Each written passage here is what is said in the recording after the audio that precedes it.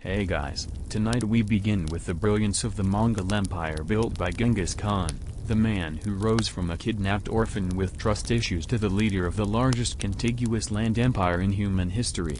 Let me know in the comments where you're tuning in from and what time it is for you. It's always fascinating to see who's joining us from around the world. Now, dim the lights. Maybe turn on a fan for that soft background hum. And let's ease into tonight's journey together. You've just woken up somewhere near the unknown river. You're wrapped in wool that smells like a damp yak. The sun hasn't risen, and neither has your sense of direction.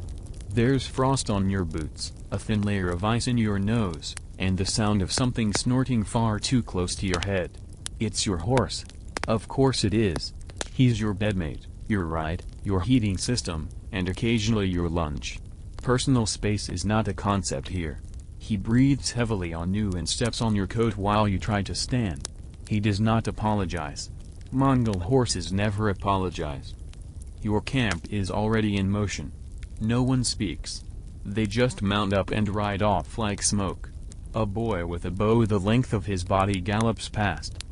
And just like that, you're expected to keep up with the most efficient killing machine in medieval history. You think you're tough. Maybe you do CrossFit. Maybe you've read The Art of War. But the Mongols lived the art of war, every breath, every arrow, every bone-chilling dawn. You've got sore knees from your office chair? These people learned to ride before they could walk.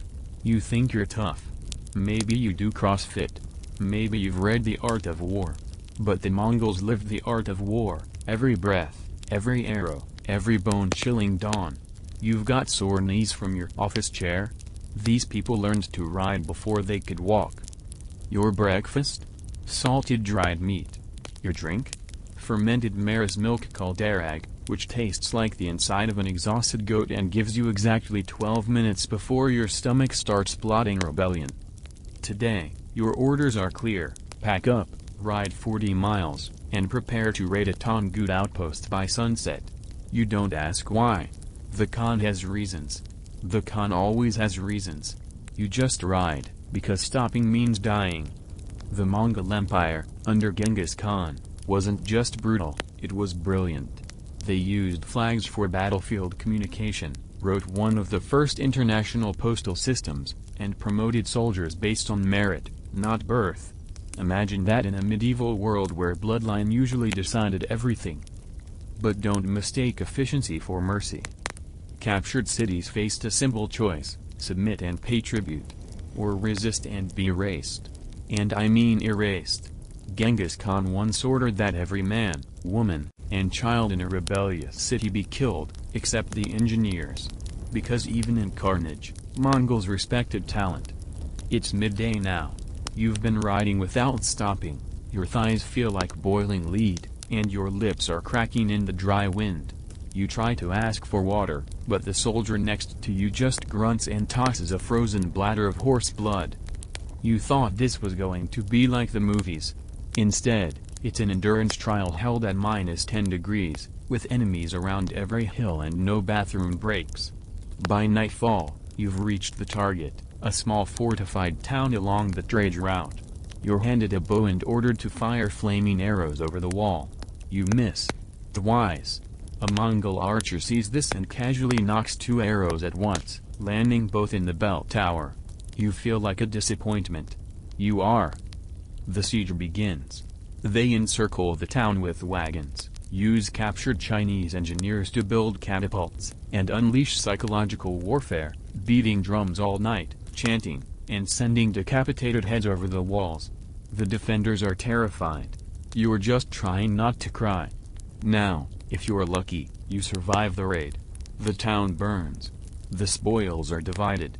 You get a cracked helmet and half a sheep. Congratulations. If you're unlucky, you break formation, speak out of turn, or show weakness. Then your own commander may cut you down. Discipline is not optional here. You don't get written up.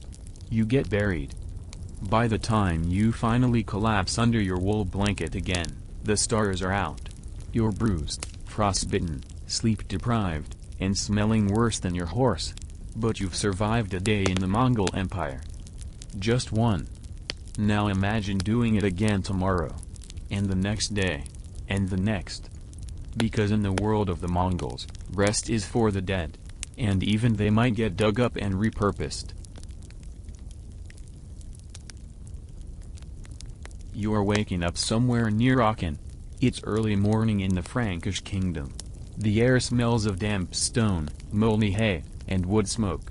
Your clothes are scratchy wool, your boots are soggy, and your hair is a disaster because hot baths are rare, and personal grooming is a luxury reserved for saints and nobles. The year is 775, though you're not quite sure. Calendars are still more art than science, and time is mostly tracked by wars, coronations, and local disasters.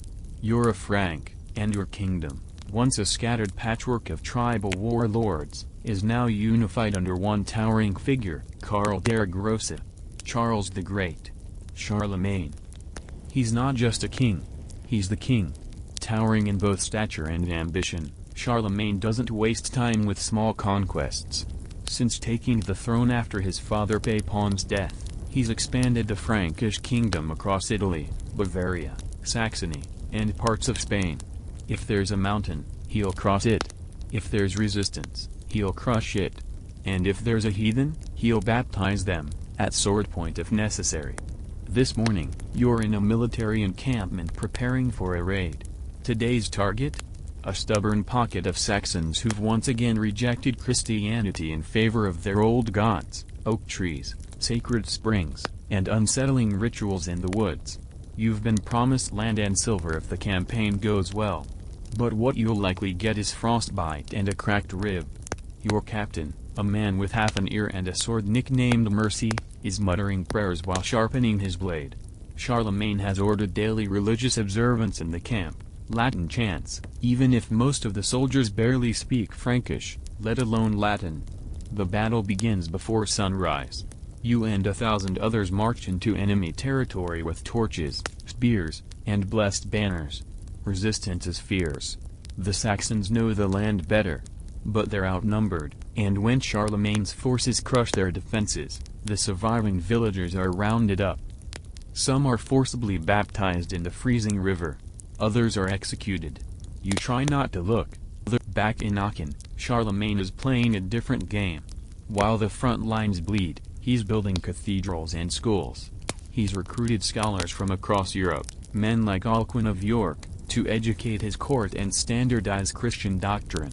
He even revives Roman learning, demanding that priests and nobles alike learn to read, write, and obey. You hear whispers in the camp about Carolingian minuscule, a new style of writing, elegant and uniform. It seems ridiculous now, but one day, it will become the basis for modern lowercase letters. Charlemagne's rule is both iron and ink. He governs not only with the sword, but with policy.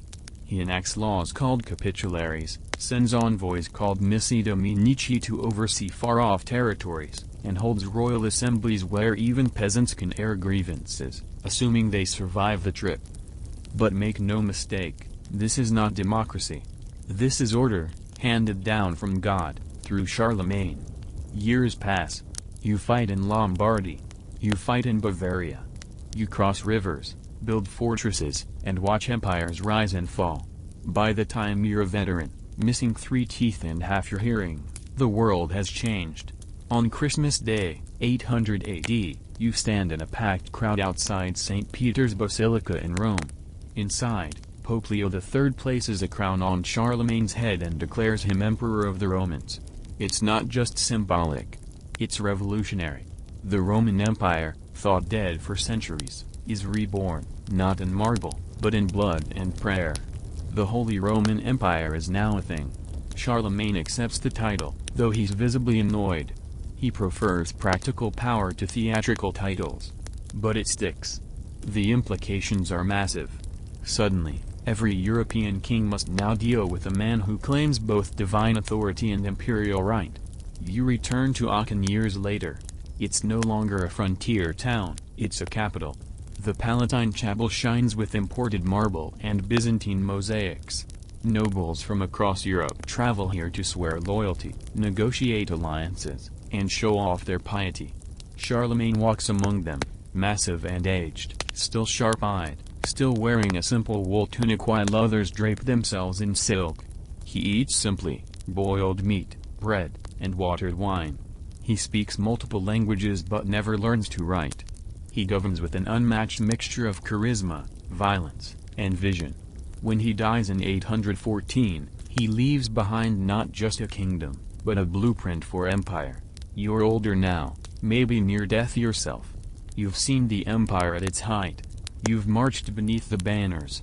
You've buried friends, fought heathens, and heard tales of strange men from the north, Norsemen with axes and dragon-headed boats. Trouble is brewing. Charlemagne's descendants won't hold the empire together. His grandsons will divide it in the Treaty of Verdun, fracturing it into pieces. But for now, in your fading memory, the world was once united under one man, one emperor, one vision. And you? You survived it. Would you have thrived in Charlemagne's world, or been lost in its storms? Either way, the mark he left shaped Europe for centuries. Language, law, learning, all bore his stamp. Now rest, soldier. Tomorrow, we feast like medieval nobles, and trust me, the meat is questionable.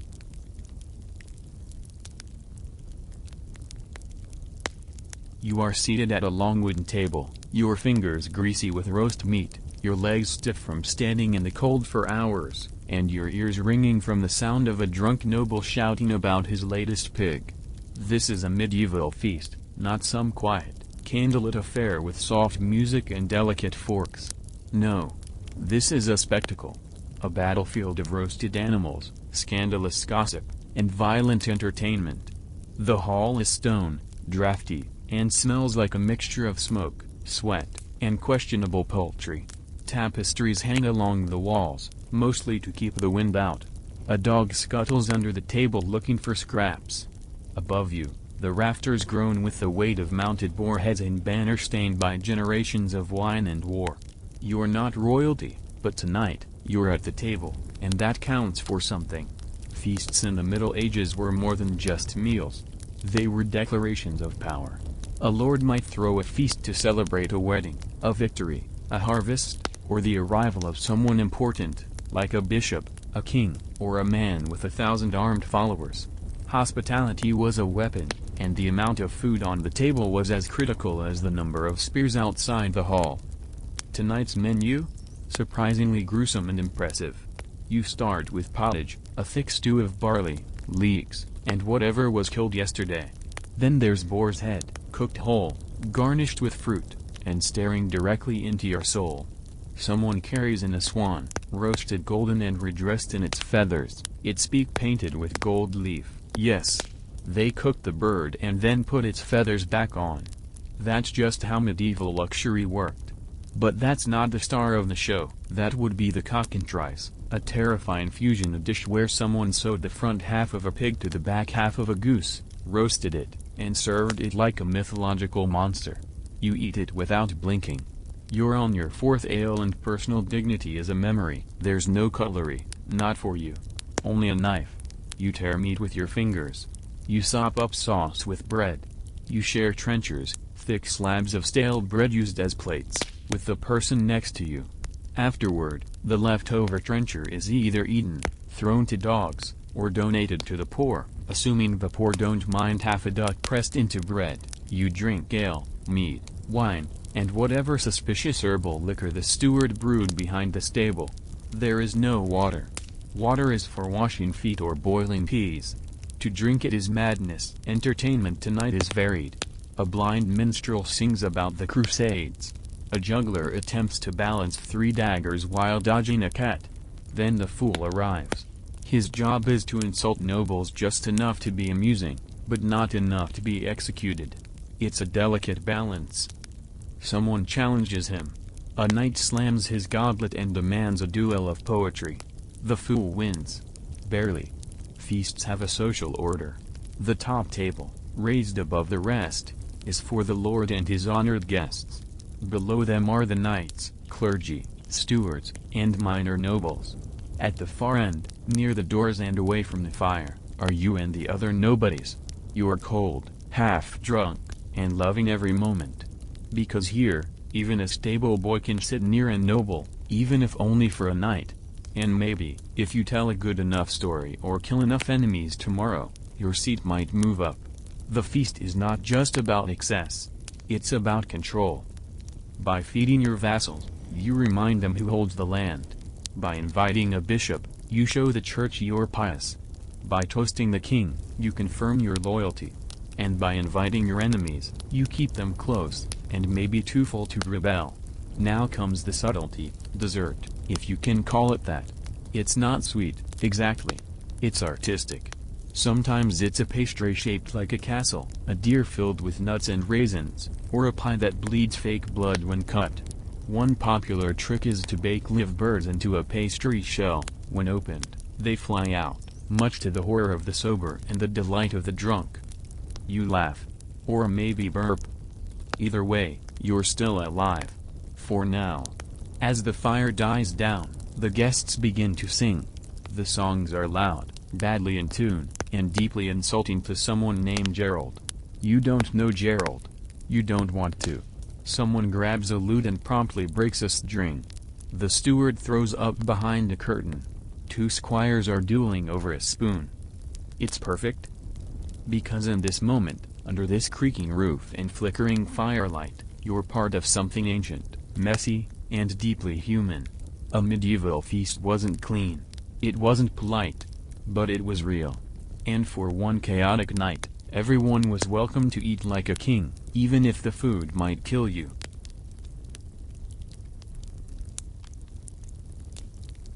The first thing you feel is the cold. The kind of cold that bites your skin before the wind even arrives. The kind of cold that seeps into your bones and lingers like a curse. You're standing on the deck of a long boat, narrow, elegant, deadly, cutting through the gray waters of the North Atlantic. The sky is low and heavy. The sea smells like salt, rot, and the promise of violence. You're sailing with Leif Erikson, the son of Eric the Red, the man who discovered Greenland after being exiled for murder. Which is sort of a family tradition.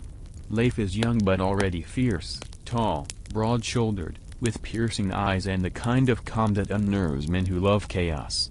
He's no berserker. He's calculating, quiet, dangerous in the way only someone raised by exiled killers can be. You're headed west, past the edge of the known world. The journey is brutal. The ocean shows no mercy. The waves slam the hull like fists. The wind tears at the sails. One of your crewmates, Halfdan the Loud, has been throwing up for 6 days straight. You're not sure he's going to make it. Honestly, you're not sure you're going to make it. Food is dried fish.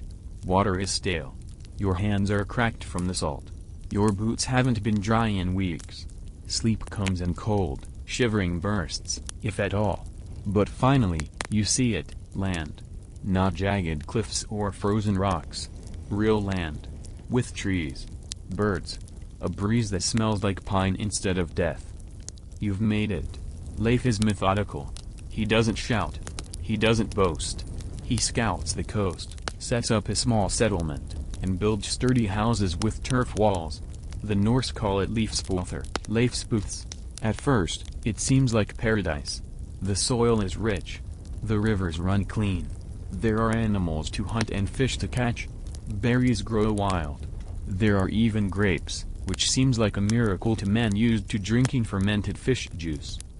But this isn't an empty land. The Norse soon encounter the Skrillings, the indigenous people of North America. Possibly ancestors of the Beothuk or Micmac. The first meetings are tense but not hostile. There's trade, exchange, cautious curiosity. Then something goes wrong. Maybe someone insulted someone. Maybe it was a misunderstanding over a weapon. Or maybe the Norse just did what they always do, pushed too far. The Skrillings fight back. Arrows fly. Blood spills. The Norse retreat to their ships. The dream of Vinland becomes a nightmare. Leif survives. He always survives. He loads his men, abandons the settlement, and sails back to Greenland. His journey marks the first known European landing in North America, 500 years before Columbus. But the Norse won't return in force. The land is rich, yes, but too far, too wild, too well defended. And the North always calls its children home. Back in Greenland, Leif doesn't rest. He becomes a leader, a lawkeeper, a bridge between old gods and new. Unlike his father Eric, who rejected Christianity, Leif accepts it. He even brings priests back to Greenland. But he never forgets Vinland. He speaks of it with fire in his eyes, of forests untouched by axe, of rivers wider than any in Iceland, of a place that could have been theirs, if only fate had bent a little. He dies sometime around 1020. No sagas sing of his final days. No one builds statues. But those who came after remember. The tale of Leif Erikson survives not because of empire or conquest, but because of exploration, of curiosity, of standing on the prow of a longship, staring into fog, and whispering, "There must be more." Thank you for spending this quiet night with us. From the icy winds of the Mongol steppes, to the roar of Charlemagne's empire, through feasting halls of madness, and the endless seas of Vinland. You've walked through history not as a reader, but as a traveler. If this story helped you find peace, rest, or simply a quiet place to think, we're grateful. There are many more stories waiting, strange, forgotten, and quietly powerful. So, whenever you're ready, subscribe to the Story Vault, and return to a world where history whispers in firelight. Sleep well, and we'll see you in the next dream.